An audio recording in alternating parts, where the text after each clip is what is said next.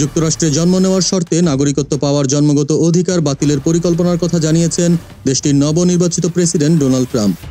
যদি এই পদক্ষেপ কার্যকর হয় তবে 16 লাখ ভারতীয় নাগরিকত্ব হারাতে পারেন। খবর এনডিটিভির। মার্কিন সংবিধানের 14তম সংশোধনী অনুযায়ী যুক্তরাষ্ট্রে জন্মগ্রহণকারী এবং নাগরিকত্বের শর্ত পূরণকারী সবাই দেশটির নাগরিক। তবে ট্রাম্প এই নিয়মকে বাতিল করার পরিকল্পনা করেছেন। তিনি বলেছেন, প্রেসিডেন্ট হিসেবে দ্বিতীয় মেয়াদে শপথ নেওয়ার পরই এই বিষয়ে উদ্যোগ নেবেন।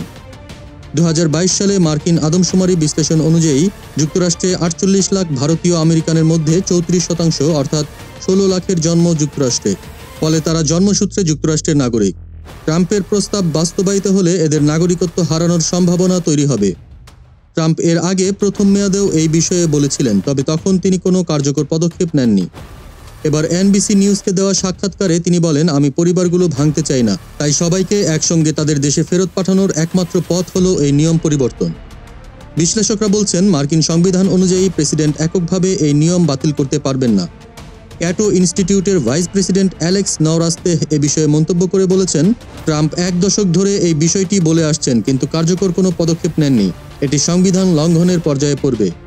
নাগরিকত্ব সংক্রান্ত এই নিয়ম পরিবর্তন যুক্তরাষ্ট্রের অভিবাসন ব্যবস্থায় বড় ধরনের প্রভাব ফেলতে পারে বলে ধারণা করছেন বিশেষজ্ঞরা।